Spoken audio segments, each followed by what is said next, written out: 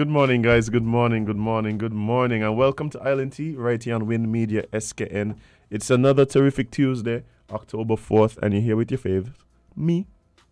And of course, today I'm joined by the lovely Jade Gwenny Gwenadita, CPL Mathis Stewart, Thousand Strand Johnson. Good morning, Jade. Morning. How are you doing? I'm much better today. I am happy to hear that, and I'm sure the viewers and listeners are also on board with that. As they should be. Yes, yes. All good things. How are you? I am, let's see, let's do a quick assessment. I'm good. Vibes. Yeah, I'm good. No complaints. Well, I mean, the complaints don't really work anyway. Don't really help the situation, and most people don't care. I literally told myself that yesterday, Somebody asked me how I was doing yesterday. I was dealing with my son possibly having hand, foot, and mouth and stuff. And somebody messaged me and asked me how I was doing. And I literally started to type out all of that. And I was like, they don't care. They don't care. I was just like, I'm fine. Yeah. Yeah. See? Person's missing you, Jane. But yes, you are back, and I'm happy to hear that. Yes, that my... Listen, parents, be very vigilant. There's this thing called hand, foot, and mouth disease, which I realize that a lot of people have not heard about. Yeah. We're looking to get somebody on the show. Yes. To talk about it. Yeah. But look at the little ones, the little preschoolers and daycareists. Those are very, those are most at risk right now for that. And it is literally in the schools. So, be very vigilant and be very careful. If your child may be sick, if you realize your child have a fever or there's little bumps on their skin and in their mouth, if they seem to not be feeling well, keep them home. Keep them home because that's what's recommended, among other things. I know a lot of us are working parents, and so staying home may be difficult for some of us. However, go to the health center and get a note to say that your child's sick and you need to stay home.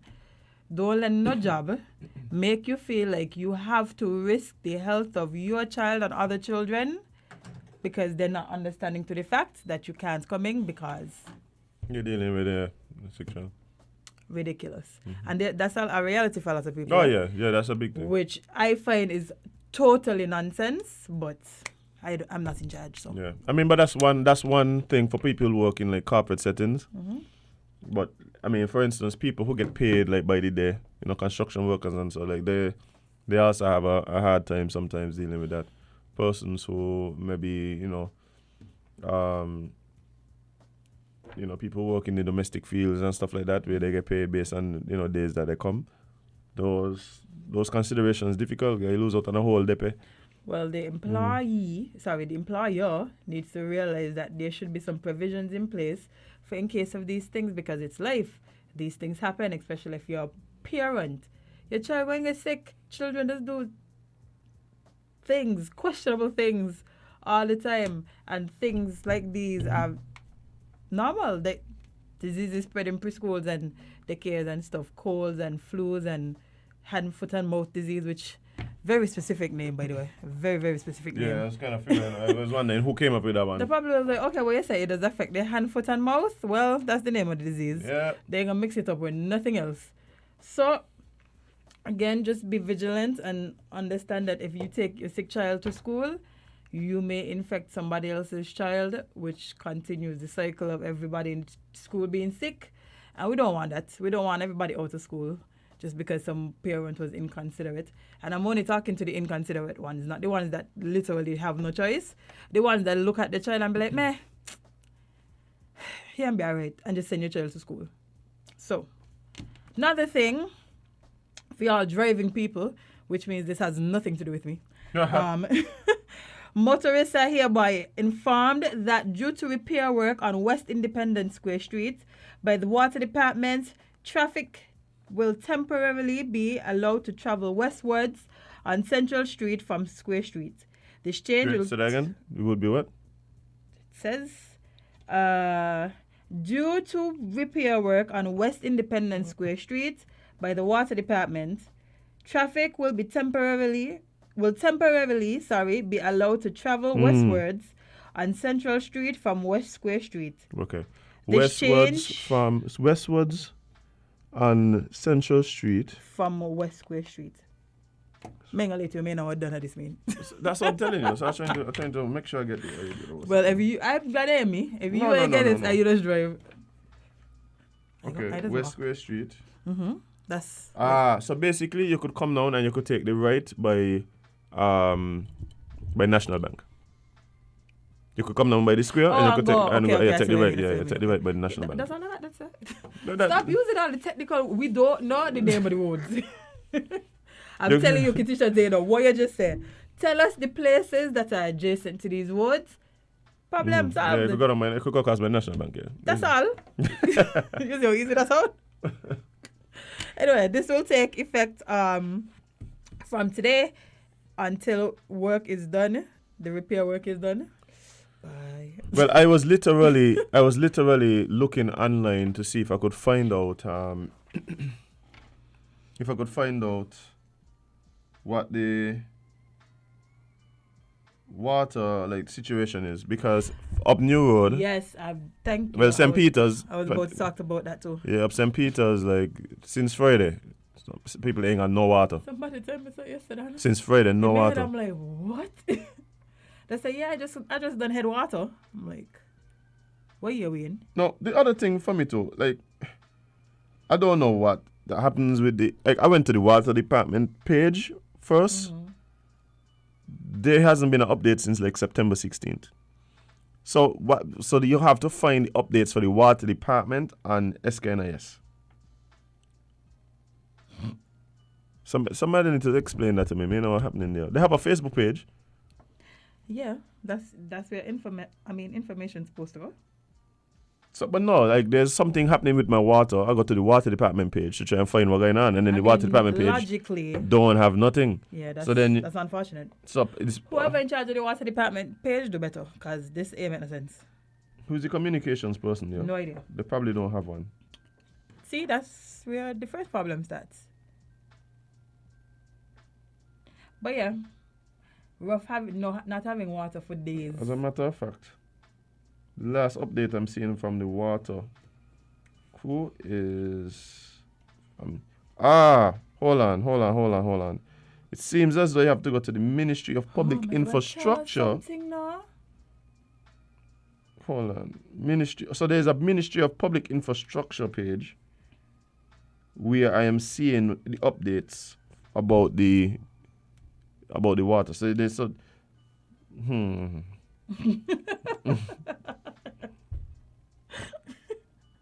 That gun was aggressive. I don't understand what's happening.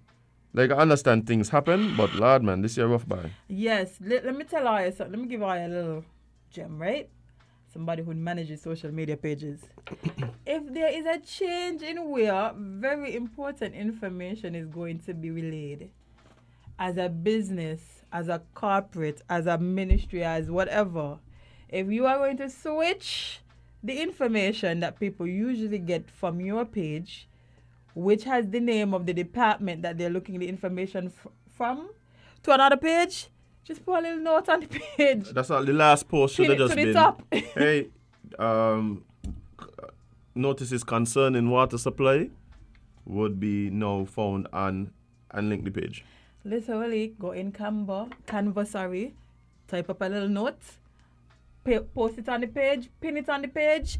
Everybody who goes to the water department page to look for this information, which they would, because they're going to see the note first and they're going to be like, oh, okay. Well, thank you for letting me know. Let me hop over to the other page to find out why me had water since Friday.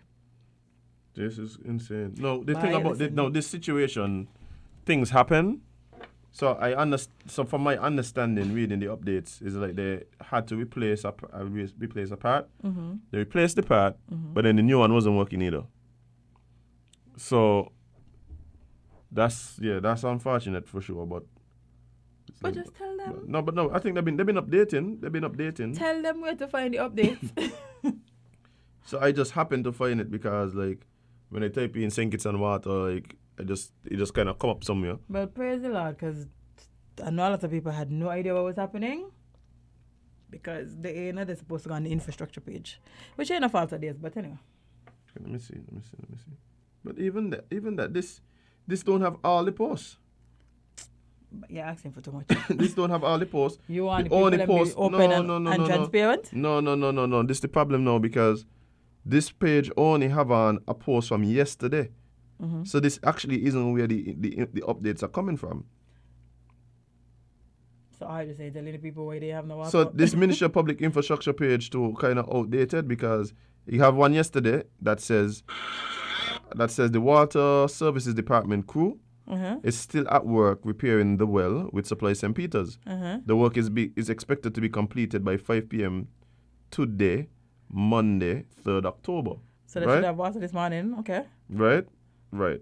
Now, the post before that Was Independence, September 21st. Oh, man, And the one before that is August 27th, which was another Water Department post. So I'm not... Yes, I know a lot of the times businesses don't see the need to have somebody designated to do this type of work, but it is important. It is important. Yeah. And bear in mind people that pay for these services, eh? Literally, not tell your secretary throw something on Facebook now and again because, you feel like they could do that. No. This is an actual job. No. Look. This is what you guys do, right? Every department must have a media person. Now you're talking social media. We're talking somebody who understands at least graphics, right? Somebody who could build flyers, posters, headers, any of these things, right?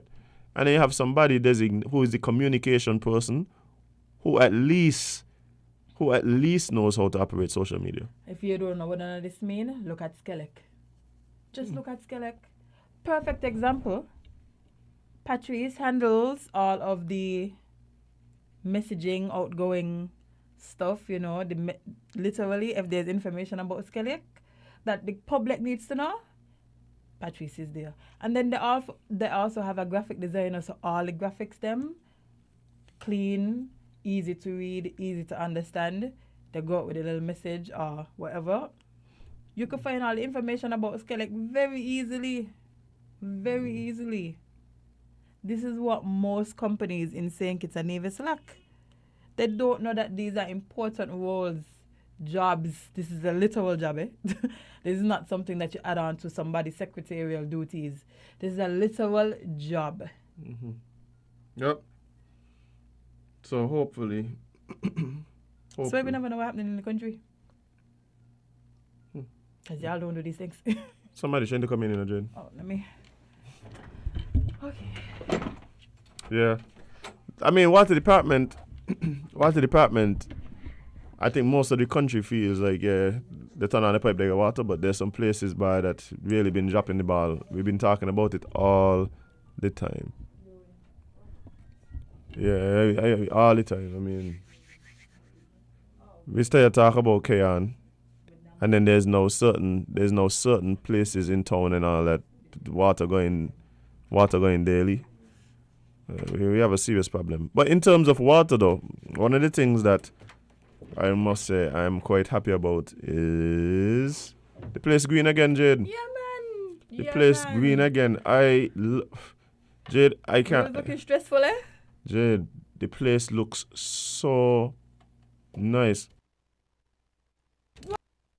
Listen, one of these days I have to go back and get put off the radio. That's a simple question, Jade. One of these days I have to go back and get put off the radio. I swear. What happened? Nobody would have known what happened, you know. What is the matter with you? Why do you keep giving me mini heart attacks? Is this fun? I just asked a simple question, Jade. Anyway, I was saying before I was so rudely interrupted. That's what happened. Okay. That I'm really loving. I drove around on Saturday. Mm-hmm. Yeah, Saturday, and just looked at the landscape. The hills, the like, even the peninsula green right now. I feel like the previous, how we looked before was matching our mood in St. Kitts. We were quite We weren't feeling so green. Dry and brown and dry down. Yeah, it was just it felt stressful, man. I don't know what's going on. But yeah, it's been pretty wet the last few days since the tropical storm, and of course we know St. Kitts is blessed with fertile land, and of course once somebody just spit in a corner over there, like some weeds spring up. Yeah. So with all the rain we've been getting, we're supposed to get some more actually, because there's supposed to be some things on the water. Of course, we're not out of hurricane season. There's supposed to be some things on the water though. I think they're monitoring about 2 storms currently. Yeah, think about 2. I'm watching I'm such an adult. Oh my, I'm watching the Weather Channel. What is happening? Yeah, that's where you come to. When did my life That's where you come to. Back in the day, you're just waiting to hear them send to school tomorrow. Yeah, no, we're actually watching the Weather Channel, following what's happening. Yeah, that's the change. That's the change in life, Jay. My God. Yeah, it signals a step into adulthood. It's hard. Yeah. But yes, so be vigilant, guys. We're not out of hurricane season as yet. I don't understand how that even possible. No, we have an abnormal season actually. This ain't abnormal. All the season them September, all October, you seen hurricane coming now. I don't know what's going on. I think that's well that's what they're saying. Yeah, but it's not abnormal. They've been it for the last few years. Okay, sorry, not abnormal, above average. Oh. Yeah. Things flying. Yeah, but I mean, I'm hoping. Like, let me tell you something, right? Yes, we are blessed, but for those countries that have been getting touched, they need a break. Wow. They need a break by Puerto Rico, Haiti, Florida, Cuba. Florida look like it's sunk. Florida. I don't know if it still looks so. Florida look like somebody just drop a bomb nearby. Bye. Kim Jong-il or one of them there just sort of. Not Korea, them pitching something over the country. I don't know what is going on. You know how we're gonna talk about it later in depth, right? But think about if we as a country, like let's say we as St. Kitts, right? Mm-hmm. You know, we're just chilling on the Tuesday, getting about we normal there, right? Mm-hmm. And a nuclear bomb just fly over the country randomly, like 2:00 in the afternoon. You look up and a missile just going over. A nuke. What? Yep. What? Yeah, the world is a scary place right now, Jade. As people in St. Kitts in the little box, right? Don't understand the nonsense that's happening around the world, you know. Jade. The world is literally imploding. Yesterday, I was literally watching the Russian equivalent to like Parliament, right? Like accept the results of the referendum. And for those of you watching and for those of you listening on the radio, I did air quotes. watching them accept the results of the referendum, right? The referendum that in Ukraine. That's the one where they pull people out of the house. To go vote. Oh, okay. And they're looking at like Putin, right? Putin just watching over everybody like, I better know how to vote with this thing, Bye. And I'm like, we Putin won the place. But people don't understand. We literally like flirting with nuclear like destruction. Very close. Very, very close. Like, I tell you, I feel like we're in a little bubble in St. Kitts, so we don't understand what's happening around the world. But they're literally throwing bombs over countries, man. It's like a little reminder, like, don't forget I could do this, eh? Nancy Pelosi just decided to go for a little vacation over by Taiwan. China started to just drop some bombs over. Well, it wasn't on them. They didn't throw it on them. Yeah, like over in the sea and so. They're just over the country, so you just literally watching the thing just pass, you're like, huh.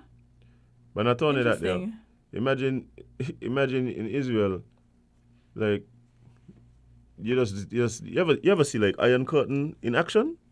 I didn't know there was iron curtains. So there's You mean actual iron curtains? Well, that's what they call it. Okay. That's what they call the system. Because what happened is, Palestine and Israel got a beef going on. Still. Right? So Israel is just like send over bombs, light up the place, right? And then when Palestine managed to send over like 1 or 2, The man got an anti-missile defense system.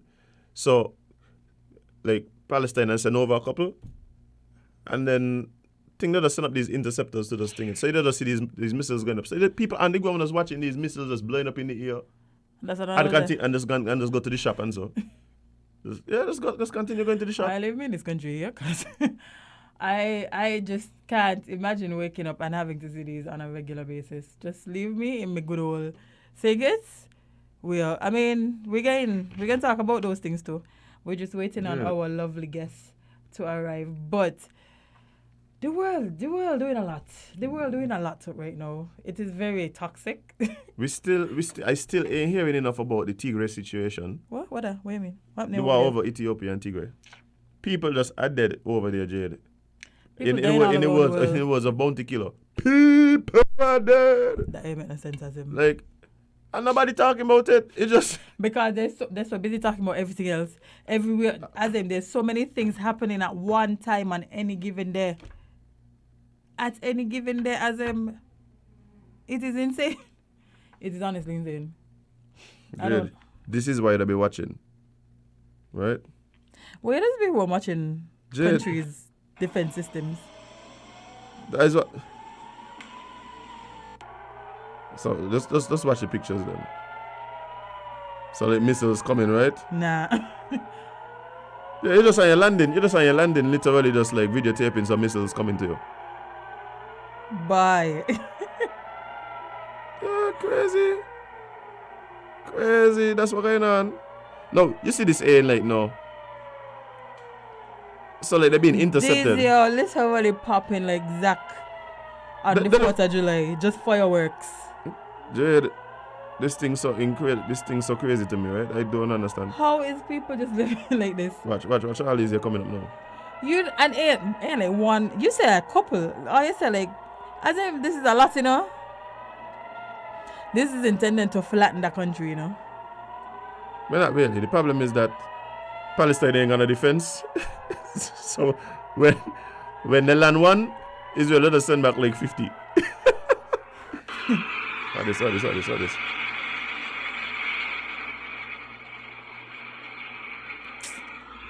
Y'all need to go to therapy, man. Something needs to work out. This is why God ain't coming for you all the time soon, you know. Jade. Because look at all your behavior. Why you want the man come down here? To stop what? The man then come die for all or come back round, do worst things. Imagine a man sacrifice himself to make sure the world in a better place. Or for y'all to start to throw bombs at each other. The man all had stones when the man sacrificed himself, you know. Now y'all have nuclear missile bombs. And the thing that just upset me about these things, I keep saying it all the time, you know.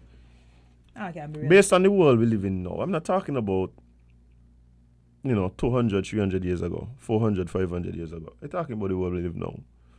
What the wars would look like if no soldiers, if nobody was to be a soldier, they would just walk up. I mean, a soldier no more. I know them politicians ain't gonna fight. Well, some of them would definitely. Oh, which ones? I think Putin would touch something. Not no. Hey, but you say if soldiers didn't exist. Putin and all ain't going nowhere. I feel so. Putin and all ain't going nowhere. Putin ain't going nowhere. Putin ain't going to fight nobody he won. We could have do like back in the day and just walk out. Well, you send the strongest, we send the strongest, and we walk out right in between there. No, I mean like that one. I like when they had duels. You're like watching this movie right now named Last Duel, right? Come on, last year. The movie Wild Jade. You mean that? Why? It's called Last Duel. On Netflix? No.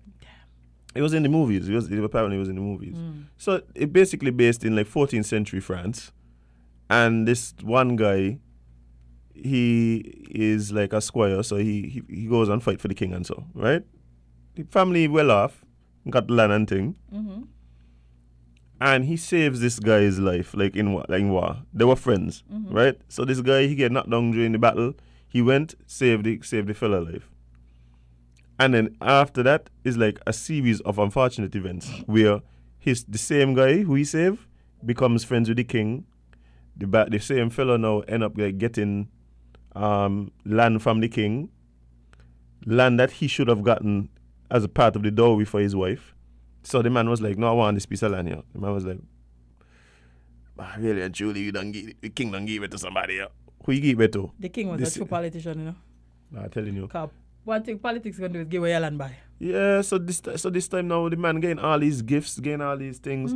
Vibes. But he get to the point where the man end up like when he went to fight war, his friend come back and the wife accused the friend of like assaulting her sexually.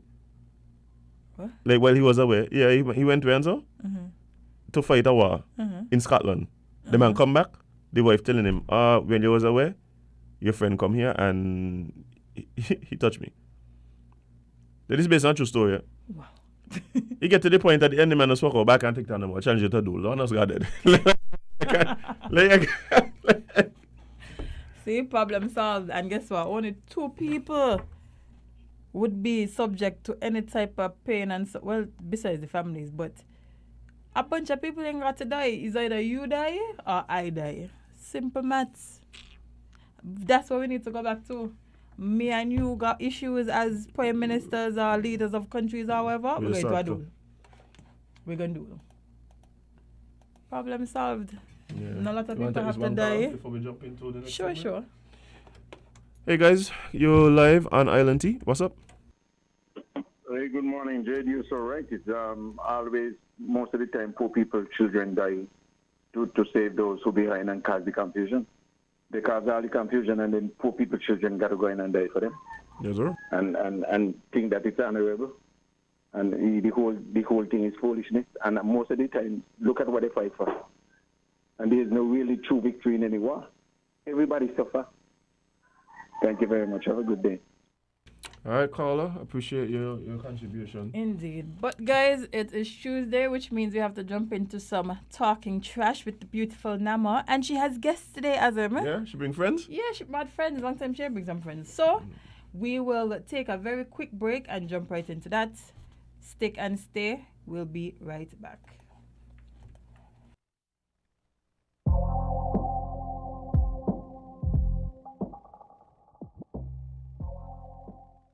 If you say you love your little dear country, try to do something positively. Be a watchdog for the environment. Don't leave everything to the government. We dump our garbage anywhere, it on the streets everywhere. Our behavior is telling me that we really don't care. Take some pride in your country. Volunteer to clean where it's dirty. Tourism development needs a healthy environment. Whenever we litter, we threaten our survival. So those who engage in it should be treated like criminals. So don't be afraid at all if they call you an informer. Report those who endanger our future. So if you really love this blessed land, this situation demands attention. Think about the future generation. Do what we can to preserve this island. The laws for littering we must enforce. We have to let justice take its course. If you are a proud citizen, you have the right, you have a reason to save this land from destruction. You have an obligation to become involved in anything which affects this nation.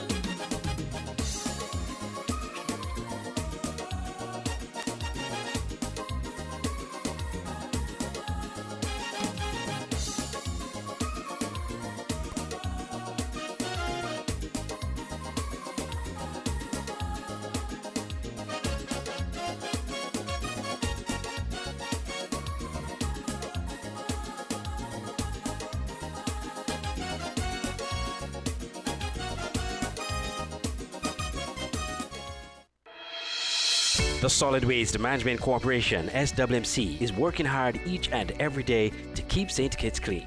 Our primary mandate is to collect household waste while maintaining the engineered sanitary landfill in Connery. While it is the responsibility of businesses to see to it that their garbage is properly collected and disposed of at the landfill, the SWMC offers a commercial waste disposal service with our NOSI program. We also offer a bin rental service where persons can rent large bins to do community cleanups or other waste disposal activities. Additionally, our headquarters in Taylor's Range include state-of-the-art conference rooms for rental. So when you're hosting another event, consider using the SWMC conference facilities. We want to continue serving you by keeping our environment clean. Because at the SWMC, waste matters.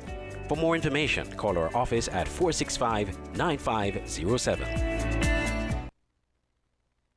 Hey guys, welcome back to Win Media SKN, and we're about to jump into Talking Trash with our friends from the Solid Waste Management Corporation. And as we mentioned just before the break, we have in studio with us the lovely Nama, and she seems to have brought some friends along with her this morning. Nama, how are you doing? I'm great. How are you guys? We're doing good. We're doing good. Happy to see you as always. Same here. So what's happening? Is it a party? What? Let me see the drinks. What's going on? It's a party vibe today, man. We're celebrating. You say it's tea. You say it's tea we're drinking. Yeah, I thought I would have come with some tea on the table. First time here, no? Yeah, you gotta be.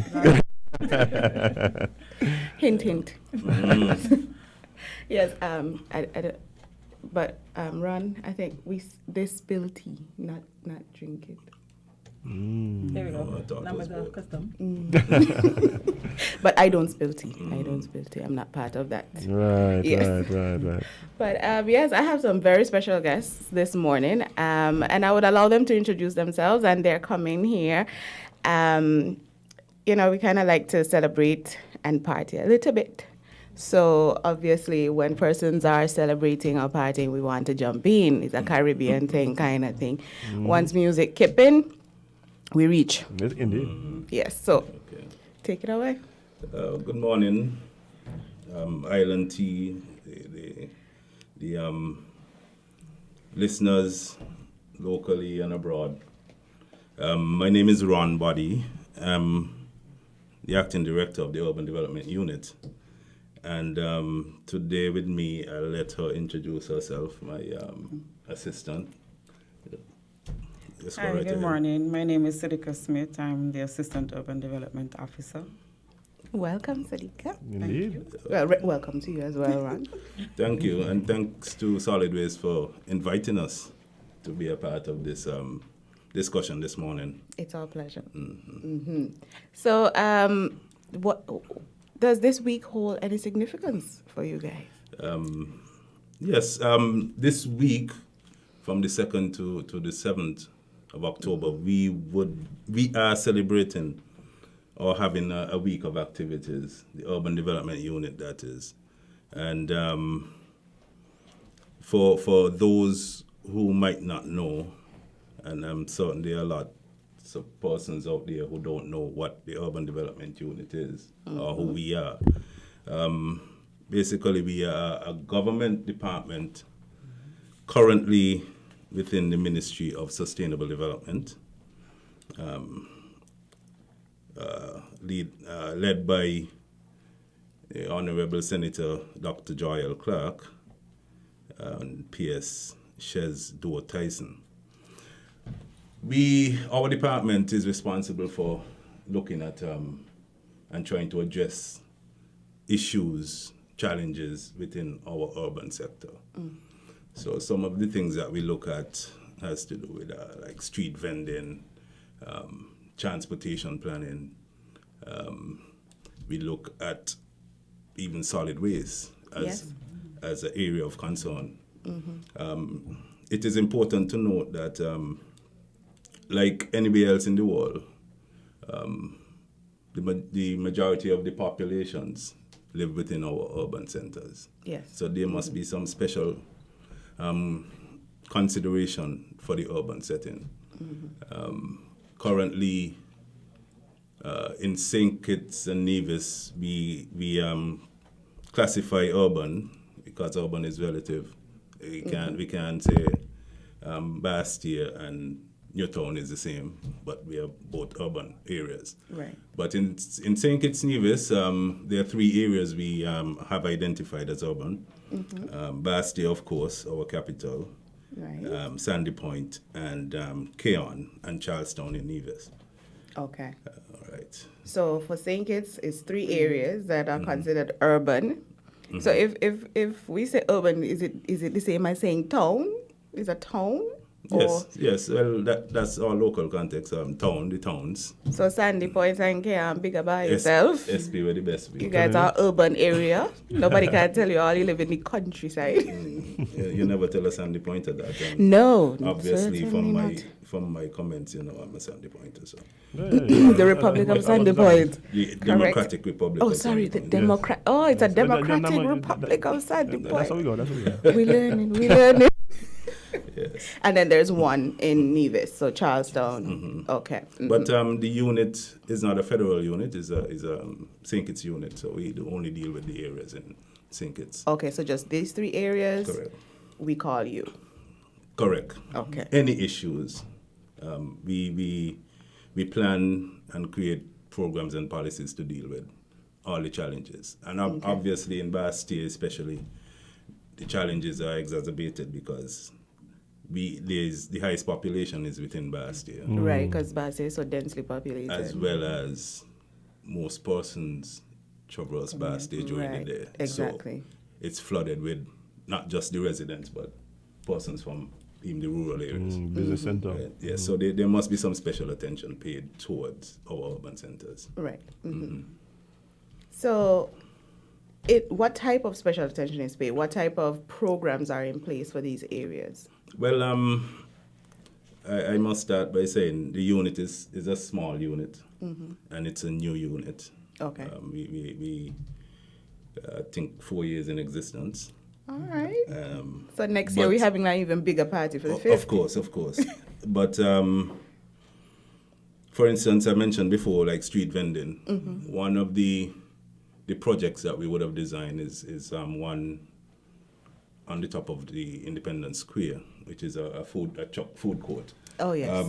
One of the challenges we had was mobile food vendors would be parking up in Bastia, setting down their stakes and applying their trade right there on the streets, especially around Independence Square. That was a challenge for us, taking up parking spaces and the like. Right. So we had decided to create a space for those mobile food vendors, and that was done in a government-owned space on the top of Independence Square. Okay. Currently, we have, I think, 6 vendors operating in that space, and I'm certain if you talk to any one of them, they are so happy. Business has been thriving. They've been doing very well. So that's one of the areas that we look at. We are in the process of finding other spaces to do the same. We weren't involved in the planning, the original planning, because I say our unit is young. We were also involved, or have been involved, with the transportation planning. Right, yes. In Bastia, the traffic lights and stuff, they are part of our remit. Okay. Right? And a lot of other stuff. We have done some projects like when we first started, one of the issues was had a lot of complaints from pedestrians and taxi operators about the dimness of the lights on 4th Street. Okay. So one of our first projects was to replace all the lighting on 4th Street. Oh, making So- it safer, of course, Yeah, and so forth. exactly. So, I mean, with your department, to me, it sounds like you have to really work in collaboration with a lot of other different departments and organizations. So, how does the department manage that when it is you? I mean, you're small, you're young, and what sectors do you have to work with, and how do you manage to ensure that you get what you need done? Because it doesn't seem as though you can always actively say, I'm going to put this in place, is that you have to ensure other departments do what they're supposed to do, like solid waste.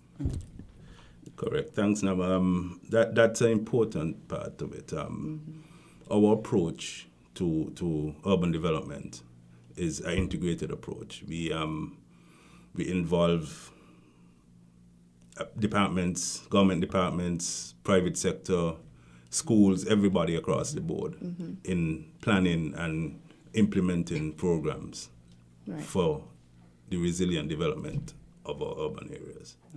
Solid waste especially, we obviously are concerned with the inappropriate dumping of solid waste, and we recognize that that's a threat, to our health, our water supply, and a lot of other issues, our natural and cultural aesthetics, right? Indiscriminate dumping. So we would partner with solid waste in trying to identify areas and trying to clean up ourselves. Right. And encourage, which is important, encourage the public to be a part of this. Yes. And I would just like to remind the public, at this time, I'll take this opportunity. Most of the time, prevention is better than cure. So the less we illegally dump, the less we litter, it means that the department can focus on more important things, other things. And so how can the general public assist in ensuring that what is supposed to happen, or let me say, how can we be of assistance to you? Not as all, but as the general public, how can we be of assistance to the department? Thank you for that.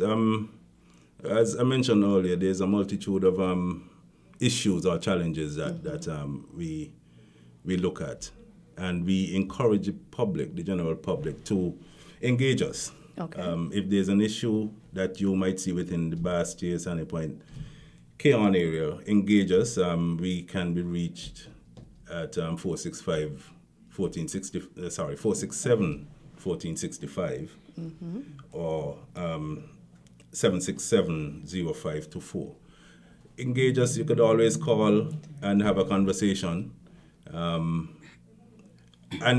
also express your own ideas, what you might like to see happening.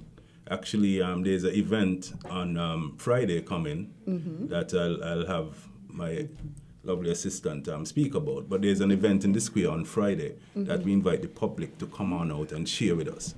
Okay. That I'm going to just segue into is part of our week of activities today, and I'll let Sidika. So, Sidika, Hi. What do you have in store for us for this week? What has already happened, and what is to come? Well, we have already kicked off Urban Week. We have Urban Development Week this week. It started on the 2nd. Right. That was Sunday. We went to church in Sandy Point. We got to praise the Lord. Of course, we have to start everything In with Sandy God. Point. Yes. I wonder who might have influenced that. I wouldn't know. Interesting. Yes, we visited the Unique Touch Christian Center. We had a lovely time together. That's awesome. And yesterday, Monday, we had the minister's address. I hope everybody got to view it. It was also uploaded to YouTube. Okay. What YouTube page? So that person's, because this is also on YouTube. Oh, they did it with Ziz. Okay, so you can look at, you can try and look for it, and you'll be able to find it. And if you've missed it, go and listen to it. If you already listened to it, go back and listen again. You'll find something new to hear. Today, of course, we're here in collaboration with you. We're talking trash, but we also have our cleanup campaign where we're going to our adopted site, and we adopted an area above the factory. Okay. Yes. Where the area by the bypass road. Usually people will go there and have lunch or sit and eat, but we just want to make it a nice, friendly setting. Possibly in the future put down some benches, seating and things like that. So provide a little parking area, just a little nice, quiet area where you can sit and eat, and hopefully, as you said, the public will do their part and keep it clean. Are there trees there currently? Yes. Okay. Yes. The shading. They have shade. The shading is so important. Yes, that's true. Okay, so this is gonna be right above the bypass road. You said the factory area. Above the factory road. Yes. It's on The old the factory F.T. center Williams was. bypass. Right. On the factory road, that corner there. People usually use it now Yes. as a hangout spot to have lunch or something. Park up the vehicle and, Oh, right next to the fruit thing, the fruit place. No. The trees, No, no? no. Further down. The fruit trees. Yes, I think it's Closer to the airport. Oh, closer to the airport. Oh, okay. Yes, nice. So that's even closer to town. So a quick getaway, you can go there, enjoy the ambience. And so you've adopted this area. Yes, we have. And today you'll be Cleaning. that up. Yes. Nice. Before you go, I wanna say thanks to Parks and Beaches Yes, for I heard assisting about us. it. Yes. Go right.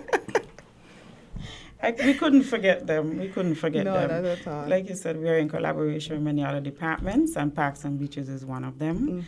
And we are truly grateful for them because they will be coming out today and assisting us with our cleanup campaign as well. Awesome. They truly are a department who always steps up. Yes, that's we've true. collaborated with them on numerous projects, and they've always been very helpful. So yes, Parks and Beaches. And tomorrow we will continue with some more talk shows. Okay. We'll be visiting other radio stations. And we'll be coming back here actually Oh, for in real? the morning. Yes, we'll be here for Island Tea. Azim. Nice. JD did not give Azim the Oh, schedule. no, we're actually very excited about the conversation. And then Thursday is a day I'm very excited about. Oh, and why is that? That is because it's our career day. Okay. We will be having second form geography students come, and we have a presentation that we have organized for them that people who have professions using geography, so they could show them that geography is important Yes. and encourage them to continue by choosing geography when they move on to other forms, because we find that a lot of students are dropping geography. Oh. But I don't know, maybe because they don't know that there's an important role that they can take Perhaps, further down. yes, that's a possibility. That's our career there with the second farmers. Talk about someday. Sorry? Professions. Yes, I was just about to. Thank you. See, We're great gonna man. have- You're all, yes, we you're work thinking well alike. together. Yes. We think alike. That's Yes. good. We would have pilots, we will have boat captains, someone from planning, stats, of course, urban development, air traffic control. Right. The different departments are Different professionals. professions, yes. Yes. I didn't drop geography, thank goodness. I stuck with it till sixth form. There you go. It's been very helpful Yes. in knowing when rain coming. So, Predictions, yes. but definitely, it's one of those subjects that is very versatile. Yes, it is. You can go from research to being a geologist to being something else. You can go into chemistry with it. It depends on what you pair it with. So, and it's one of those subjects that it's actually, you can actually practice it in everyday life. Yes. Some aspect of it can be helpful and you practice it, we can't always say that for some of the other subjects. Or maybe we just don't know how to practice it in everyday life. Probably Math. not. We use maths every day. It's called Yes. counting money. True that. Yeah, some of the other topics in maths, those Okay, topics that, yes. yes, but We add definitely. English with it. Algebra. Oh my goodness. Maths should not have letters, but I digress. So, are these students coming from the different high schools, or is it just a particular high school that's going to be participating? We have targeted every high school locally Nice. in St. Kitts, and we have also extended the invitation to to Nevis as Charleston well. High School, Okay. Nice. including private and public Okay. for St. Kitts. So it's up to the high schools to definitely take up that initiative and ensure that the students come out. And I believe this week we are celebrating Teachers' Appreciation as Yes, well. that's So teachers, you could take a little break and send them down to urban development so you can get a little break and let urban development do the teaching. I just want to interject. This would be the second time we're doing this. Last year, I don't think we couldn't do it in person. Oh, so we right, did yes. it virtually. We invited all the schools to participate. Last year we did fourth form. But the feedback we got is that at fourth form is a bit too late. Yes, them early. they've already selected. Target to Yes. second form. So this year we're doing an in-person and second form students. And there's an excitement over it. All the schools are excited. Yes, I can imagine. Yeah. Yes. So that's Thursday. Yes, that's Thursday. And we're ending our week on Friday with our Ideas Fair in the Square. Okay. Ideas Yes. Fair in the Square. Yes, Okay. we're doing a survey, and we would love for the general public to come through, share their ideas with us. Literally, we want your ideas. We want to know what you expect from us, what you want the square to look like, other areas, what you like to see, what you want to develop, what you want to get rid of. We just want to hear you. Okay. And we also have a little surprise that we'll be doing in the square. Yes. So you're sharing this up? No, you're not sharing Not this up? really. We just call it our demonstration project. Oh. Yes. Is there a particular time this demonstration will be taking place so I can make sure I'm there at that time? Because I don't want to come and then be told, oh, it just took place, or I don't want to come and leave and then it took place after you came. No, we're starting at 8, but you 8 won't miss a.m.? it. I won't miss it. You won't It's miss not it. something we're going to It's leave not with. something, no, we're not leaving with it, and you can't miss it. Oh, You so won't miss it. anytime you go from Anytime. 8 o'clock till, what time would you be at the square till? We're there until 1. Until 1. But Okay. the surprise remains. with the Oh, yes. so even if you miss out, if you have too much work and so forth, you could still go after 1 and you'll be able to see That is the correct. surprise. Oh Yes. my goodness, I mean, I'm excited. Yes. I'm definitely excited. Wonderful. I hope the public is also excited, Yeah, and you will I'm sure join they us are. in the square on Friday. So, guys, I like good surprises. True. I like surprises, so I will be trying my best. So it will be staying there indefinitely or up Yes. to. Indefinitely. Indefinitely. Okay, so I'll be trying my best to definitely get down there to be one of the first to see this surprise because I want, I want to. When like somebody surprise. comes and tells me, "Oh, so and so," I'm like, I've already seen it, So definitely try to get down there on Friday, get to see the surprise, but also ensure that you fill out those surveys. Are the surveys only available physically, or if somebody miss out from 8 to 1, can they still be able to? Sorry. No, we are hopeful that our website would be launched on the same Friday. Yes. Oh, So lovely, the yes. information would be, the survey would be on that Readily website. available. Okay, There would have to be a cutoff time. of course. We are thinking by the end of November because we want to collate all the information and use it to analyze what the public is thinking as to the way forward, basically. Sounds fantastic. Well, sounds like you guys have been having fun. Sounds like not just for this week, but it sounds like the projects you've been involved with and you've been backed on are things that are tangible and that affect the community. And I just hope that from this and from this week, persons understand the vital role that you play. Because if I were to ask persons, what is urban development? Some persons before today may not have known, but definitely from your explanation, we have a better understanding of what urban development, what the department is all about, and how we can participate, how we can also contribute. And clearly, we play quite a vital role as the general public in how we can contribute to that. So, do you have any final words for us? Do you have anything for us to remember or take away? Well, in closing, I guess. Yes, our show is not that long. We were just 30 minutes. We just want to encourage the general public to engage us. Engage us. It's important that we have our own ideas, our own visions, but we can't move forward without the public's buy-in. We always try to reach out, consult, and engage the public. This is what we are thinking. What do you think? Should we scrap that? You want to add something to it? Stuff like that. The public must be involved, and we want to make sure that the public is engaged in the projects as we move forward. Over the past few years, we have done small projects, but we have been developing a master plan to move forward with, and it will be rolled out very shortly. Nice. Right? There are a number of projects, over 40-something projects. Oh, wow. That we are looking at to enhance and to basically build our urban centers. Right? So look out for us in the coming year, in the coming months, to try to engage maybe with some town hall meetings or some online surveys and stuff like that. Engage the public, put some of the ideas out there and see how they feel about it before Okay. we move forward.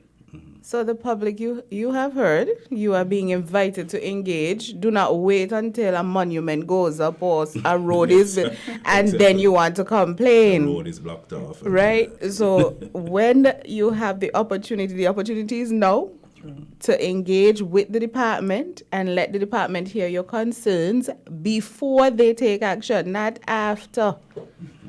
Because that's one of the challenges sometimes we have. We try to engage the public and so forth, and the public, maybe they have reservations as to how they can engage with us. But you've been given the telephone numbers. Yes. Can we call out the telephone number again? Okay, we can be reached currently at 467-1465. Okay, so you have that number. You have, shortly you'll have the website, and you'll have all sorts of other means of reaching. For those of you who are watching on YouTube and Facebook, you've marked their faces, don't mark mine. So you mark their faces, and if you see them, please don't accost the people on the road or anything of the sort, right? I don't mind. I Approach love is to fine. engage Yes, in whatever approach way. is fine. Approach, I said accost, you know. No, not a cost. Approach. Think You can think approach. urban, think positive change. Yes, Positive. so you're approaching, not accosting anybody on the road, and just ensure that you express yourself and let them know what it is you would like to see, and perhaps your idea might be one of those that will come to life. Do you have any final words for us? Like I was just saying, you think urban, think about positive change. We are here to assist, help, and make better. So positive change. Okay, so definitely we're both on the same minutes, the same.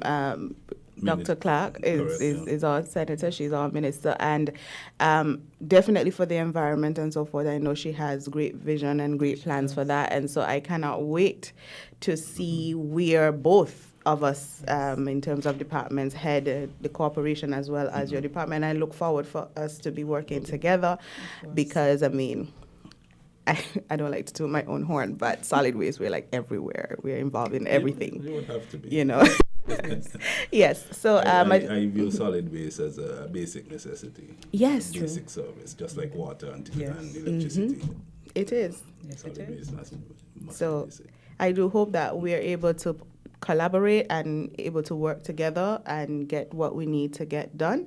And so I look forward to hearing from you guys again. I hope that when I extend another invitation that you do come, because I know we would want to focus a little bit more on Sandy Point and Keon, Of course, and see Keon, what the yes, plans of yes. those areas also may be, especially Keon being also a biosphere and so forth. How is that treated? How sensitive that might be? I know a lot of our listeners will definitely be interested in that, how we integrate those things. So thank you once again, and I hope you guys have an amazing week, and I'll definitely be there on Friday to see this surprise. And thank you, Nama, for having us. Yes, thank thank you you. to the Island Tea crew. For sure. As mentioned before, we should be back here tomorrow. Yes. Right, so this was a warm-up. Yes. So, And I'll be listening tomorrow because I want to learn even more. And just to let you guys know, I'm an avid sipper as well. So. A big sipper in the studio, dude. Yes. You see, that's why he expected tea, because he. So we'll run now to our next activity, which is cleanup. Clean campaign. Oh yes, lovely. And so Thanks for having us. it's a pleasure having you all, and everyone get involved, contact the department, and see how you can contribute.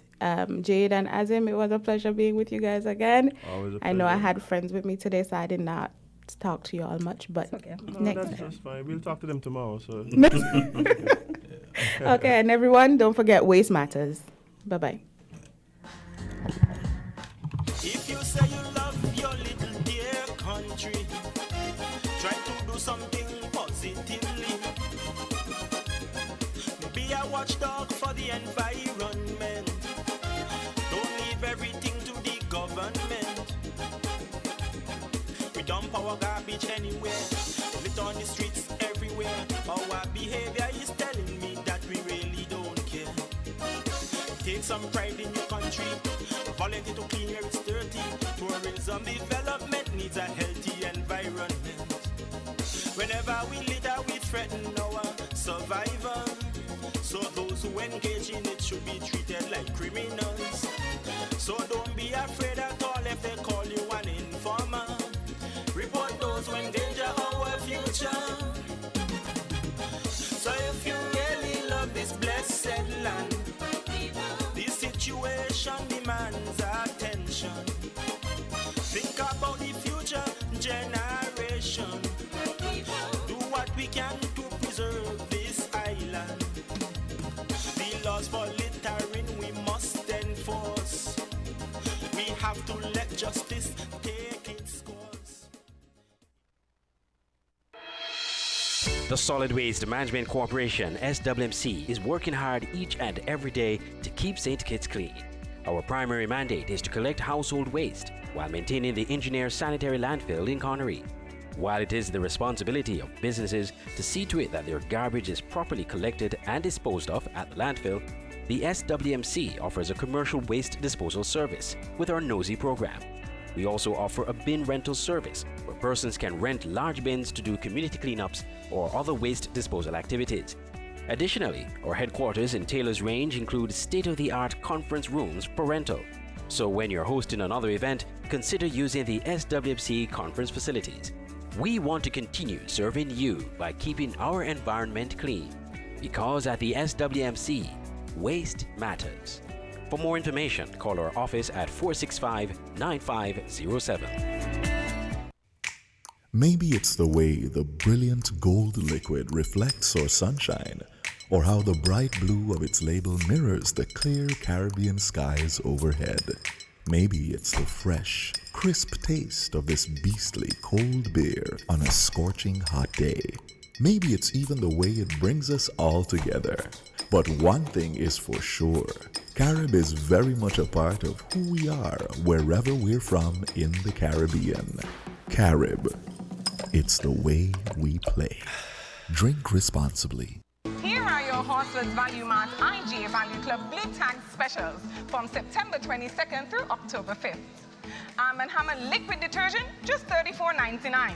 Bertolli olive oil, $23.99. Bounty Essential paper towel, big rolls, $36.99. IGA or Essential Everyday waffles, just $8.99. Ocean Spray 100% cranberry juice mixes, $11.99. Essential Everyday breadcrumbs, just $6.99. And now our very low weekly value deals. Bugles or Chex Mix snacks, $11.99. Essential Everyday canned fruits, $7.99. IGA Essential Everyday chunk like tuna, $3.49. Essential Everyday shredded and chunk cheeses, $7.99. Arm & Hammer toothpaste, $11.99. Gatorade drinks, $4.49. Shop smart, shop Value Mart. Don't let me Spanish. sea listo y haga sus compras aquí a Value Mart.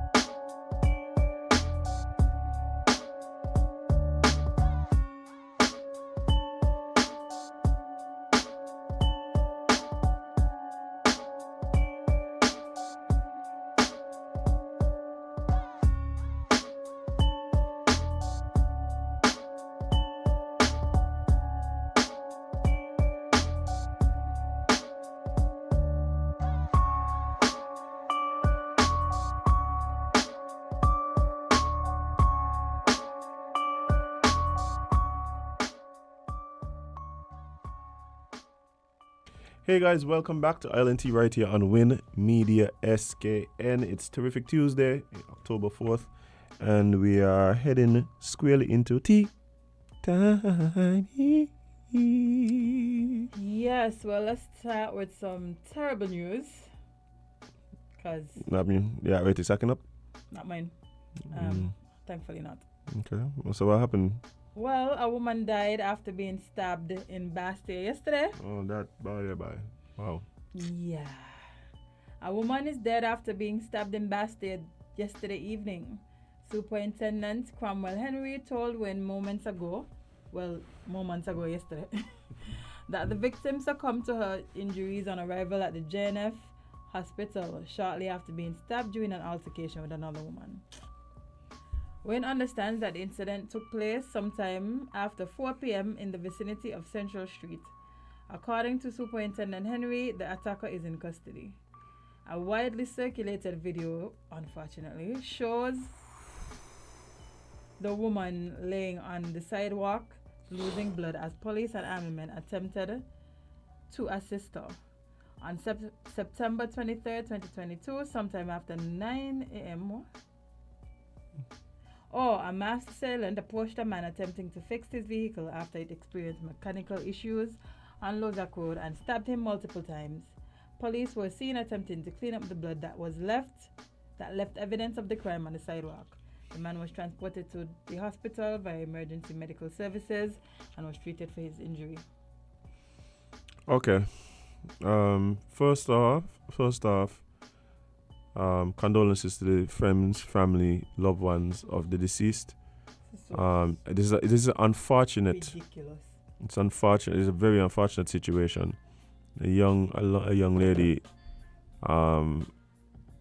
has lost her life in such a tragic fashion.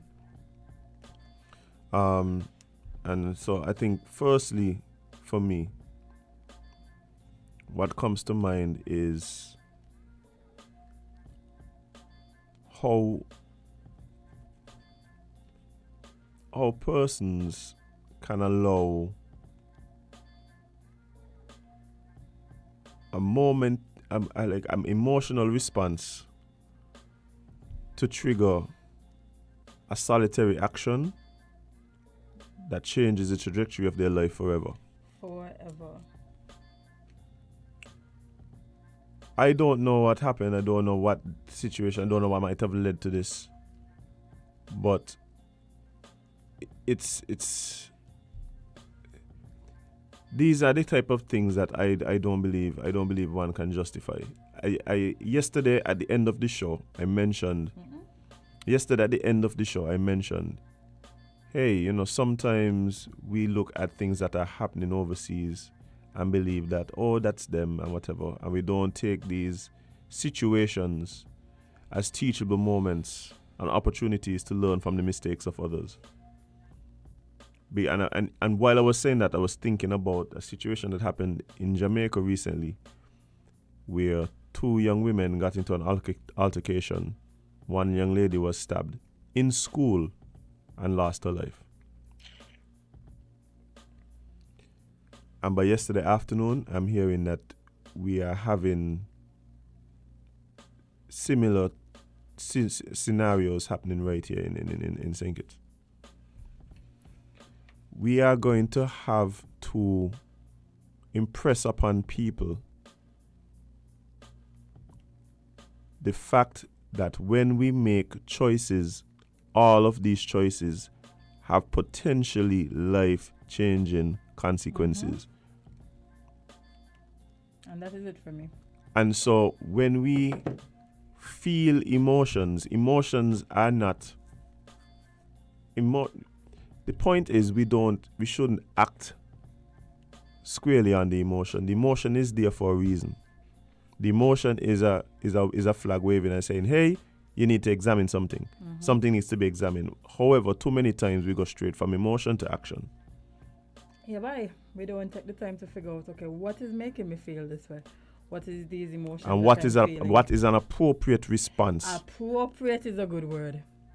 What is but even so, some people would feel like their actions are appropriate. And so if that is the case, Jay, then that means that we are continually failing people, failing to teach people critical thinking skills, right? Failing to teach people how to deal with emotions, how to process emotions, what are proper responses, what is conflict resolution. What name, so? Like that's a thing anymore? Nope. That's like a fairy tale that we once told when we were younger. I'm starting to believe that way because ain't no way you could tell me you and somebody have an argument or disagreement and the first thought come to mind is let me stop them. And remember, and actually do it. But Jade, let me tell you something. Remember when we had the unfortunate incident, and I'm still waiting on an update for the last for the incident that happened at the party. The panel lock up. The case ain't come up yet. Oh, the paper. Okay, cool. Oh yeah. But when that happened, we also mentioned the fact that hey, when you get out, when you're leaving your place of residence, and you take up the knife, you done go wrong, you know. You done go wrong. You can't stab somebody if you don't have the implement to stab them with. Listen, you can't stab them with your imagination. That's all you take. So you done gone wrong. You done gone wrong from the start, you know. We're not talking about situations where people feel like their life is under threat and stuff like that, right? Because that's a whole other conversation to have, and that's something we need to examine. But when you're in those emotional states and you take up weapons and stuff like that, you don't go wrong. The likelihood of you having a negative outcome gone up exponentially, you know, is almost unavoidable at this point. Facts. 2 young ladies, you know, both lost their lives. Well, one has died, so that's a whole family that has to grieve now. And one is going to jail for forever. And apparently this young lady has a like you know my lives affected by this one decision. This one ridiculous decision. Because Jade, you can't bring back people's life, no. Like you can't respond people when playing Call of Duty. All right. So I had not known about the situation until I fling it in your face, innit? Until yes, I didn't know what it was. My bad. So I clicked on it. Not really. At first, I didn't recognize that it was Sinkits. So I was like, "What is happening here?" The reason, you know, usually I don't ingest too much of that stuff, right? But what I couldn't turn away from in this particular situation, that was very concerning to me, and I don't think I've really seen anyone talk about it. It seemed to me, and I'm not a specialist, but it seemed to me that in the moment, the person who seemed to be an army personnel did not know the proper response, how to deal with the situation. I don't know if I might be the one to think, but he seemed to be trying to calm the girl down, right? At one point, it seemed like he might have been trying to actually stop the bleeding or whatever. What do you do in a situation like that? Like the man probably horrified, probably have to try to realize it's a life and death situation. This person bleeding out in front of them and stuff. But when I'm talking like about you're traumatizing the general public now, you know. Yeah. But what I'm saying is, I'm hoping that all of our security personnel are well versed in how to deal with these types of traumatic injury, stabbing, gunshot, and stuff like that. I hope so too, but Lord, I hope they're also getting some help, because it's not normal for you to be having to deal with these type of situations. It's not normal. The reason why me really hurting at my head about that is because these people literally are trained to kill people, Jade. So I ain't even. But that don't mean kill people. No, so Yes. maybe so However, seeing somebody having their neck slice open like you on a can't random Monday afternoon. that's the least for me. If you literally day by day wake up and prepare to kill people, like may know how much I'm really like concerned about your mental Well, health. I am concerned about anybody's mental health because again, these things aren't normal. Yes, they may be trained to in case they need to, but it's not like something that happens regularly. As if they're not going out into a battle, weighing in South Korea, weighing in Ukraine, so they don't have to deal with these things. They may be trained for it. But that's why I'm saying if they function, because let's be honest, our defense force, they're mostly deployed to supplement the police force. In my estimation, that's what it look like to me. They help with more policing than actual country defense. Exactly. Right. So the country ain't defending. Antigua ain't coming. Anguilla ain't coming. You sure? Again? Yeah. But I'm pretty sure. But no, I'm hoping that all the security forces, whether they from come right down, even down to the girls guys and the Boy Scouts and so, the girls brigade and all them there, that they have proper first aid training and stuff like that. I don't know exactly what the response should have been in that situation. I don't know. But I'm hoping that his training that he should have gotten would have kicked in. Man, you can't see everything from a short video. I didn't watch the entire video. But just watching it, I was like, well, he's supposed to be compressing the area. Like I didn't know what was. I didn't know, and of course he was in a very funny position too, because he would have. I don't know how many of them were there at the time, but he seemed like he was trying to actually kind of secure the area, keep persons away. The young lady seemed distraught, of course. I mean, I'm dying. Of course, right? So it was a very difficult situation to manage, obviously, Right. But it just really sparked the thought in my head that, hey, I hope that the persons who we expect to respond to these types of situations have the adequate training to be able to respond properly. I agree. I'm hoping that is something that is prioritized in the training. You just literally going home on a Monday. You just had a hard day at work. Mondays just be very stressful. Yeah. And then now you have to be traumatized by somebody's poor decision making. Oh my God. Emotional response to God knows what. What is this one? Right. Yeah. Good morning, caller. You're live on LNT. What's up? Good morning. I couldn't agree with you more. Even though you had a trained personnel on the scene, the situation might have been the same. But at the same time, I think that most of our people are undertrained.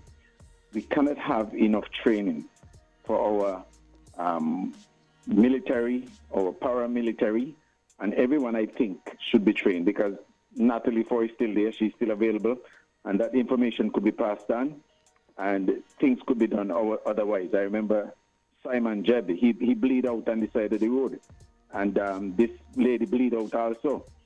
Had this situation might have been different with trained personnel, we might have a different outcome. At the same time, there are some people who are making it their practice to work with sharp weapons like sharp knives. I don't know what they expect. I don't know how much you think you could defend yourself, but for some reason or another, it doesn't make sense, because if you have it, you might end up killing somebody and making quick decision that you have to live with for the rest of your life. So to me, it doesn't make any sense. And to just carry around a sharp weapon because you had words passed between each other and somebody get cut in the throat, it sounds like somebody who train and know and think about how to kill before they do it. So it's a very bad way of thinking, and I think that we should change our approach in how we speak speak to people, because sometimes your words could be so angry that could trigger somebody to react. And so we have to maybe tone down a little bit and choose our words carefully, because some people get angry, and if you find that you're making a joke and you're laughing and somebody may be angry, just look at the person and see the expression and stop it, because what is joke to one man is dead to another man. So thank you very much. I think you're on the right note, teaching as always, and have a good day. All right, Carl, I appreciate your contribution, man. And I think both points are true, Jade. I think yes, mental health and just recognizing how to respond in traumatic situations is necessary, but also we hear too much stories of times where the response to crisis leaves something to be desired. It's just like feel like you should be doing that. And I mean, and the thing is, you can't expect just people to just respond right. It has to come to constant training. Mm-hmm. That's the only way you're gonna get the outcomes that we're looking for. That is it. And when I say outcomes, I ain't talking about saving life, because sometimes the situation is just so far gone. Yeah, but there should be a way that persons are expected to respond to give the best possible outcome at the end of the day. Good morning, caller. You're live on Island T. What's up? Yeah, good morning. You alluded to something there a while ago, and that crossed my mind when you were talking. What can be done? A person will get a stab wound.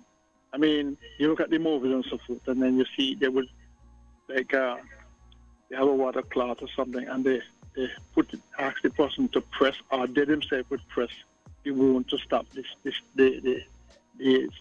flow of blood. What can be done? I saw the girl on the ground, as if obviously she was in pain. But what can be done? Could they have pressed the area that was punctured and stop the flow of blood?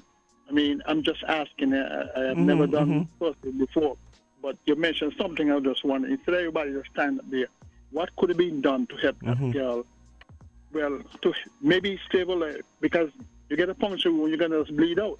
Yeah, so by putting something, some sort of pressure against the wound, would it stop blood from just flowing out like that? That's the question. And I think you alluded to something similar there. Yeah. That's the question I need to ask. Okay? All right, man. Thank you. Well, and I think the fact that we as well have these questions, I keep saying it all the time. I think even every school, and I said it, I think it was last week, Selfie said it. I believe that from the time you hit grade 2, grade 3, grade 4, this first aid training is supposed to be standard in the schools. And every year you get a refresher course. Every year you get a refresher course. So by the time we finish with high school, every citizen of the country supposed to know first aid. Because you never know what situation you're going to end up in. You never know what situation you're going to end up in. If it was understood by everybody around that, hey, this is what should be happening, then who knows, right? Yeah. But outside of this particular situation, I think it would just be better for the nation if the nation's citizens had the training to think. And it's easy. The Red Cross, I know if you have let's say you have a group, a church group or whatever, the Red Cross makes themselves available to come and do training. I remember I would have had some first aid training several times throughout the years, but because it's not something consistent, like you kind of forget exactly certain things and whatever, like, and to do chest compressions and stuff like that. How to check if somebody's airway is clear and stuff like that. But I believe it's something that we have to really make standard, constant training of the nation's citizens in first aid. It has to be, and of course, first responders would have to have that type of training. Yeah. Whether it is you're a police officer, you're from the fire department, a member of the defense force, of course. Yeah, because that video yesterday, for me, the things that I've learned throughout life, I know several things is supposed to happen when you have these type of incidents. One, you're supposed to make sure the person is getting enough air, which means all the people who just standing around looking yours need to step back. 2, you need to put some pressure on the wound to try to decrease the bleeding, so that person don't bleed out. And you also have to keep them calm. Yeah, try to keep them as calm as possible. And so what I would suspect happened, because this is the thing for me. This is in no way an indictment on the response of the officer. Not at all. Right? Because, again, I recognize that must have been a very difficult situation to manage. Having to deal with it by yourself with multiple angles. Yeah. You're trying to keep people away. You're trying to keep the girl calm. You might not even get to the point. Not only that, the man literally carrying on an M16, me no way. But hey, that's like all this going on. Load on his back. Like all this going on at the same time, right? So he has a lot of things to try and manage in the moment. As a matter of fact, the fact that I don't know if he was called to the scene, if he happened to be nearby, I don't know. I don't know how he came to be in that position, but the fact that he put himself in the position to try and help, kudos to him, right? Kudos to him. But just looking on, I'm thinking to myself, is he adequately prepared for the situation that he's in right now? He knows that he has a responsibility as somebody who is a member of the security forces to act. Something happening, act, right? But does he have the adequate training to actually act in a way that gives the best possible outcome, right? So that's just what was crossing my mind, and it wasn't really like an indictment on him or anything, but it also goes back to points that we've made here several times. The fact that I believe the nation's citizens need to be trained in first aid, and I think the schools are a place where that needs to happen, and it needs to happen continually. Not when you're in, I think one time we had training, I think I might have been in third farm. I don't remember having that. Yeah, I think we was in third farm. I remember I was at Basti High School, going to the auditorium, and there was a members of the Red Cross who came and gave us some first aid training. I also remember one time in primary school, this had to be maybe like grade 3 or something like that. Right? Yeah, because I was still at what school? At George Moody. Right? I hadn't gone to Newtown School yet. But again, when you have a gap of 7 years or whatever. You can forget things. And let me tell you something, this happens in other places in the world, eh? Of course. This happens in other places in the world. This isn't something that is revolutionary. So we just got to make sure that we prepared.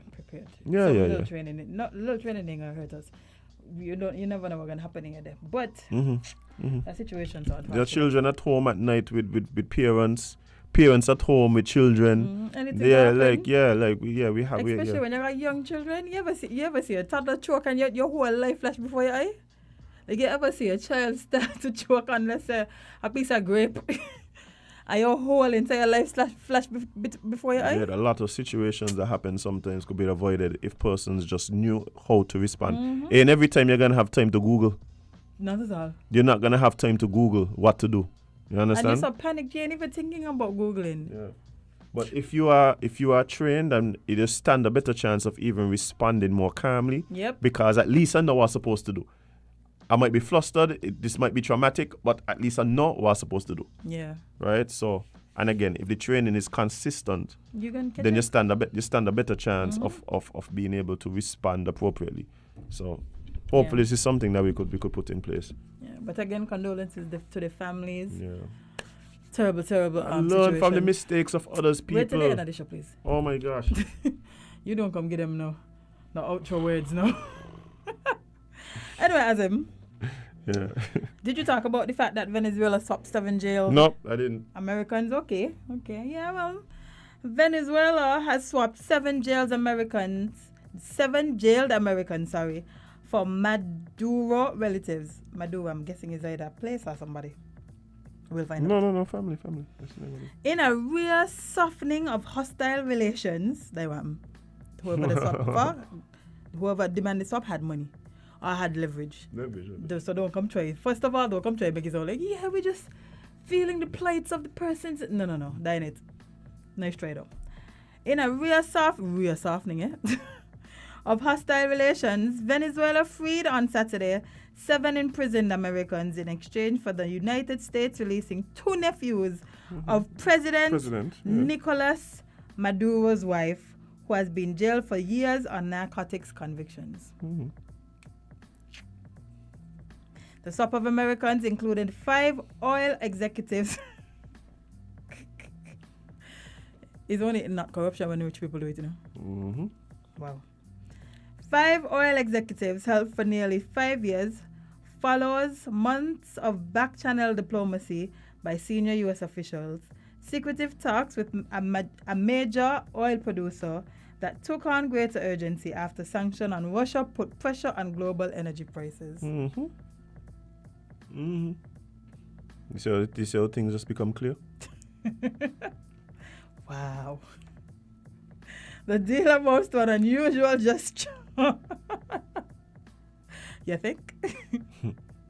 Of goodwill by Maduro as the socialist leader looks to rebuild relations with the U.S. after vanquishing most of his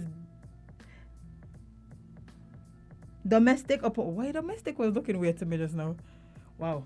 Domestic opponents. While the White House denied any change in policy toward Venezuela is afoot, the freeing of Americans could create political space for the Biden administration to ease crippling oil sanctions on Venezuela if Maduro shows progress in on-again, off-again talks with his opponents. I can't believe it. We can't believe it, you know. Christina Vadel, the daughter of Tome Vadel, one of the freed Americans, told the Associated Press on Saturday.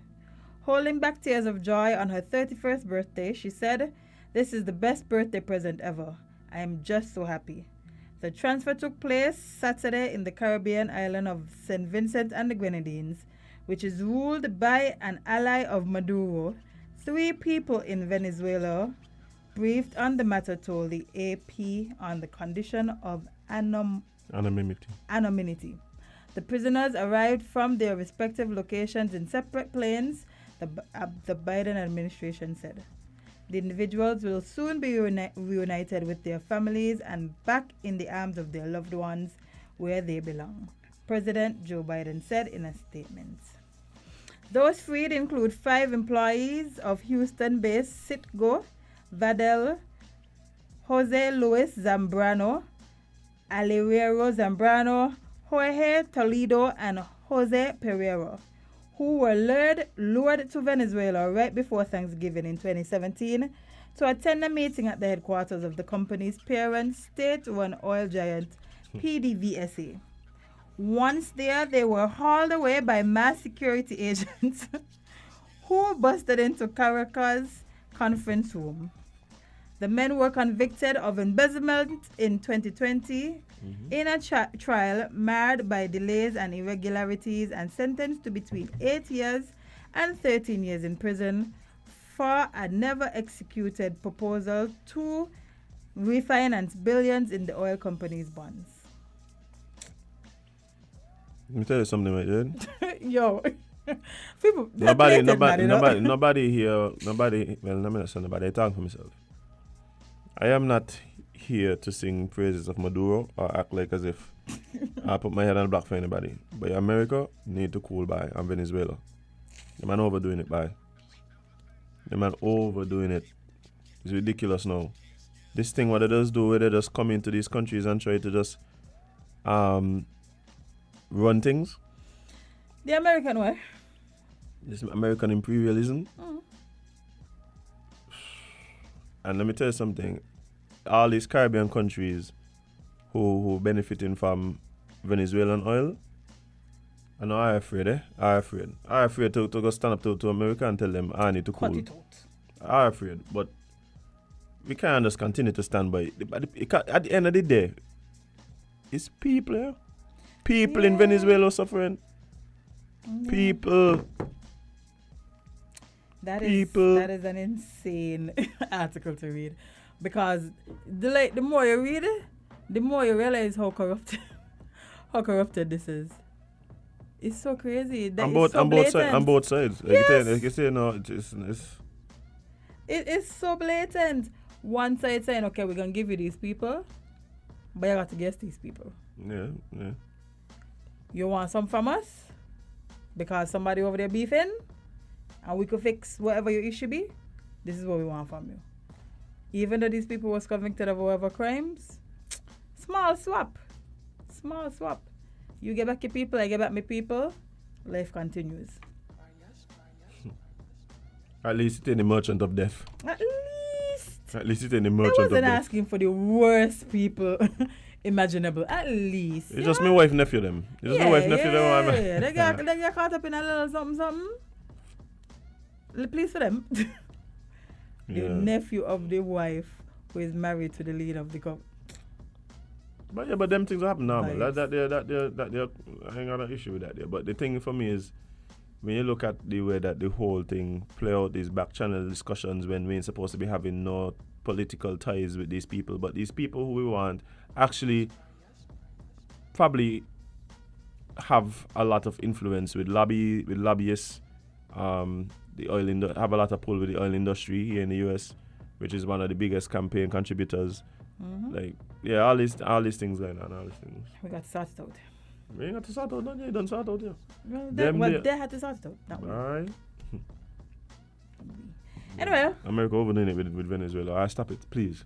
Speaking of injustices, this one is one you sent me. Yeah, this is Azim's pick. Azim's pick. I can finally say it. Azim's pick. Since it's always Jade. So the Netherlands plan to pay 204 million in slave apology reparations fund. To continue reading, I need to download an app. No, really? No, but I was able to read it. Maybe it's an Apple thing. Maybe it's an Apple thing. It's an Apple thing. I read it. I read it just fine on my. Okay, well, you read it then. Since you're able to bypass the security features. Let's see what's going on here. Because I think this was a very interesting article. The fact that there's been a lot of talk of reparations lately. Mm-hmm. And this seems to be a move in that particular direction. What are you looking on?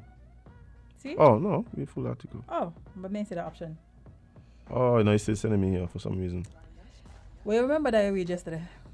So basically, it's just as the article said, that there is this fund that they're calling the Slavery Apology Fund, right? Sorry.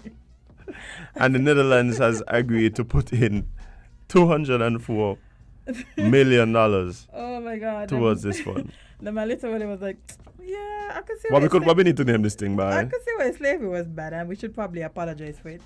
Let's just name it that. So they don't get it confused. They know exactly what it is. Yeah, but it's been a lot. It's been a lot. No, me want to read my location. All right.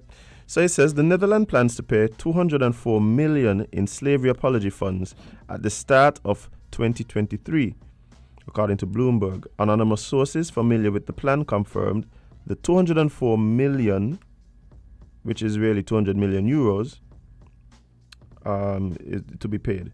The decision to apologize for Dutch contribution to the slave trade is quite an anomaly in Europe. It seems that following the push of Black Lives Matter activists in the country, the decision has been made. This would make the Netherlands the first European country to apologize with delegated money. Reportedly, the apology reparations will be in the form of a fund. The Dutch government has set aside an apology fund which will contribute to initiatives that will aim to raise awareness about slavery's legacy. The Prime Minister's office declined requests to comment on the plan, according to reports. More information about the Netherlands' plan to pay 204 million in slavery reparations is due end of this year or early next year. What we know, the decision comes as a particular shock, since only last year Dutch Prime Minister Mark Rutte, whose government helped set up the panel, said that he was not willing to apologize for slavery, since it was not his position to do so historically. He admitted that racism was an issue in the country. Now it seems that there has been a change in opinion, as the apology is due in a matter of months. During a recent visit to former Dutch colony, Suriname, it seems the Dutch Prime Minister changed his mind. This was the first visit a Prime Minister has made to Suriname in 14 years. He stated that the change came about partly because of the whole discussion that has arisen around the Black Lives Matter movement. The apology. The apology comes as many across the diaspora urge further conversation and action about the role of slavery in the everyday lives of displaced African descendant people. The Dutch were among the first of the colonizers to join the transatlantic slave trade.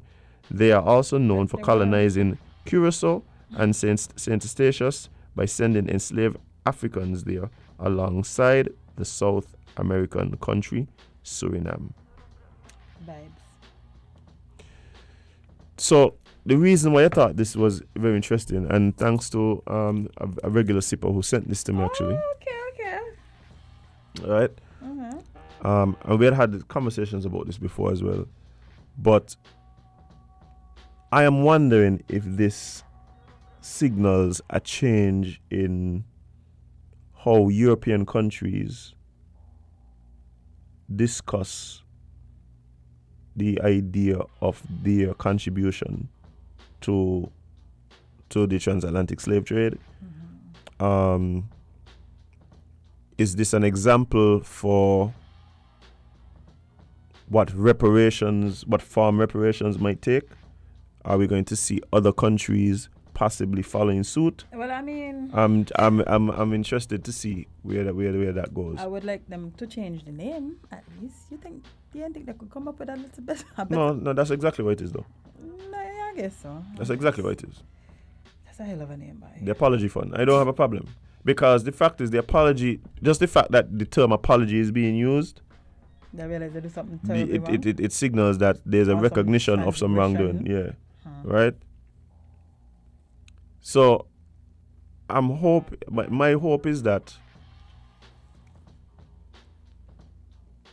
what this does, because the problem has been so far, you have hardly seen any of these leaders over the years even admit that there was a even admit to their country's role in slavery. So what you would find happening is they would admit, hey, slavery was wrong, hey, racism exists, and it's a terrible thing. But they wouldn't say. To say we played a part and we recognize the role. We also, not only that, the other part that I feel is hardly ever admitted, I can't even say hardly ever, but is not part of the rhetoric from these leaders, is the recognition of the contribution to the successes of these countries based on slave labor, based on extracting resources from the colonies, right? So they don't ever say, hey, we up here with all these things. So what they do, they come and they want to say they're giving you loans. They want to say they're giving you all these little handouts and all this nonsense, and then studying the fact that, hey, one of the reasons why we even need these handouts is because you come and suck everything over to down here. No, every country. Not only that, the reason why your country is in the position it is in a big part based on the terrible practices that your country engaged in. Yeah, man. Right? So perhaps this is a start to that conversation where at least there's an admission of guilt, right? And so then we could have more conversations moving from that about, well, what reparations look like, right? And what form they should take and that kind of thing. But people just talk about reparations and say, but we need first the admission, of guilt. That's the only way for you to get it. If they're not admitting to something, how would you expect them to pay for it? Yeah, you need the admission of guilt. And then from there, then we could start thinking about, okay, how do we go about righting the wrong, right? No, of course, nobody is saying that there's anything that could ever be done to somehow repay and absolve countries from the actions of the forefathers. Yeah. But the truth is, though, not only that, but you are enjoying the spoils. present population, the present citizens, and in particular, there's some families even and some companies that are to this day in the position they are economically because of directly because of their involvement in the slave trade. So you can't tell me, well, it wasn't me, I just come. Yeah, but you're enjoying the spoils. Mm-hmm. You're enjoying the spoils. So we could have the conversation now, but I'm hoping this triggers that type of conversation. And I don't think it is by coincidence. Yeah, the Black Lives Matter thing might have been part of it, but I also believe with the passing of the Queen, all this conversation about persons' involvement in the Commonwealth, what that looks like, I think a lot of these conversations are going to start coming up again. So we're going to see. Hopefully more people take this route. And not only thinking about a monetary fund. A lot of these countries have things that don't belong to them. Make some provisions to return them. Put that part in your reparations plan. Okay, I realize in my museum there's a lot of stolen things that belong to different countries. Let me try to return them and aid them in continuing to take care of them. Because they don't belong to y'all. They never belong to y'all. Y'all stole them. So, give the people their things. Yeah, it's very interesting. Very interesting to see how this is gonna play out. The 204 million. I know I read some comments about how that is just a drop in the bucket, and I agree, but it's a start. And I mean, just you look at some of the net worths of some of these families that to this day you could trace back a lot of their initial wealth to their involvement in the slave trade. Like, it's in the billions, Jade. Yeah, man. Oh, boy. Not only in the billions, you know, because the other day I went through and I looked at the list of the richest families in the world. And, yeah, some of them in the trillions, Jade. And all of this built off the backs of slaves. In some cases. Because the Saudis one time, I think Saudi royal family is number one right now. The man in the trillions, Jade. Their wealth was built off of slave labor? Maybe not African slaves, but some kind of slave. Well, oh boy. Listen. But the Saudi royal family, by the man on a level, by trillions, you know. Trillions. The world debt ain't even in the trillions. Trillions, yeah. So you know there's people on earth right now capable of stopping all of this nonsense. But thank you. And then world hunger could be ended and all of these things. Be broke after. If you take, I'm gonna tell you how much world hunger costs. Let's go with that. Because ain't nowhere they're gonna be broke after them. No, but like I believe like them figures there does be kind of misleading. Like even because if it's misleading, let's use it as a base. Okay. Okay. Yeah. To end. Because when they say to end world hunger, what I mean to feed everybody? I don't actually know. Yeah, I don't think that includes the price. It'd be to change the systems that involved in why people are hungry now. 40 billion each year. Small change as them. Small change, but you know, greed and capitalism and all those good things. Love it. You see, one of the things that I find interesting is what they have done is created a situation where we cannot, let me not say cannot, but we generally aren't angry at the big disparity because we aim to be that as well. We aim to be rich. Yeah, we so like, we want to be rich and powerful too. We want billions and millions. So it's like, how you gonna be upset with the people who got the millions and the billions? Because I want to be one of them too.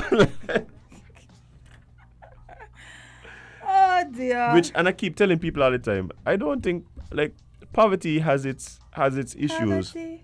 Hey, yeah. But that was a big tune. What a big tune. Bye. But poverty has its issues, right? But one of the more dangerous things for me is really inequality. Yeah? Inequality is Truth. because you have poor societies where you see people running around killing one another and thing. But No. the same societies where there's the haves and the have-nots. America? All mean over, America? All over, Jade. All No, over. but America is a perfect example. They literally Jade. kill a man the other day because he had on some chain and I wanted it, you know.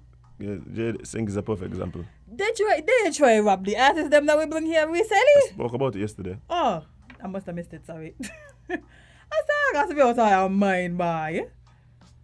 This is why I do it now for you. Literally giving us a bad name every time. Why is it that you are hell-bent on embarrassing us as a country? Why is it that is your goal? Y'all don't like nice things? Y'all don't want people to come here to entertain y'all? The people y'all been listening, giving all these views on YouTube too? When y'all have the opportunity to see them live and lively for 100 EC. Jade, I used to always find it so interesting when I would travel. Like I used to travel with a certain artist who is a high profile artist. And when we would do shows, even within the Caribbean, they would have the police escorting us back and forth. And so I remember when I was in Antigua and going from the hotel we were staying at to, we had outriders and all them kind of things going to the event and thing, right? And at first I used to think, this is just like, what is this? This is about like just making sure we get to the venue on time? Like, this is actually security thing. And I used to be so thankful that in St. Kitts, we ain't got to deal with that. We ain't got to deal with that. But that's what we're going to deal with now. Promoters are now going to have to front up the cars to make sure that they have security escort for the artists going back and forth to the hotels. Because people just ridiculous. Big ridiculous though. Like, y'all doing the most. Y'all are doing the most, embarrassing me, embarrassing the country. Okay, something happening that we're about, so let's go to the studio. But yeah, guys, I here enjoy myself so much. Maybe less at the time. Yeah, it's 10:04. I think it's 9 o'clock. Living life too good, French. Living life too good. I'm but telling it's you. time for us to leave. Indeed, we have things to do, people to see, errands to run, adulting to live. Well, guys, we gotta leave. We gotta go. We gotta disappear. Appreciate you for being a part of the conversation today. Jade, welcome back. Friend, maybe not a long time. What you doing that? Thanks. Yeah, but guys, it's been great. Appreciate you for being part of what it is that's happening here. Whether it is you joined us on Facebook, YouTube, Twitter, any of the digital media platforms. Indeed. Thank you so much. For those of you listening on the radio, real MVP, the boss man them who turn it up loud. we know. We've been getting the calls. I don't listen to why in the morning. So yeah, hey guys, learn from the mistakes of others. I think that's the trend for today. That's the trend for the week. I said it yesterday too. And then by the afternoon, we see what went on.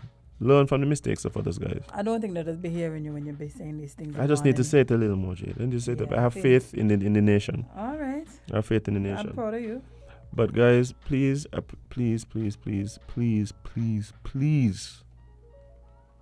spend more time living your content than posting it.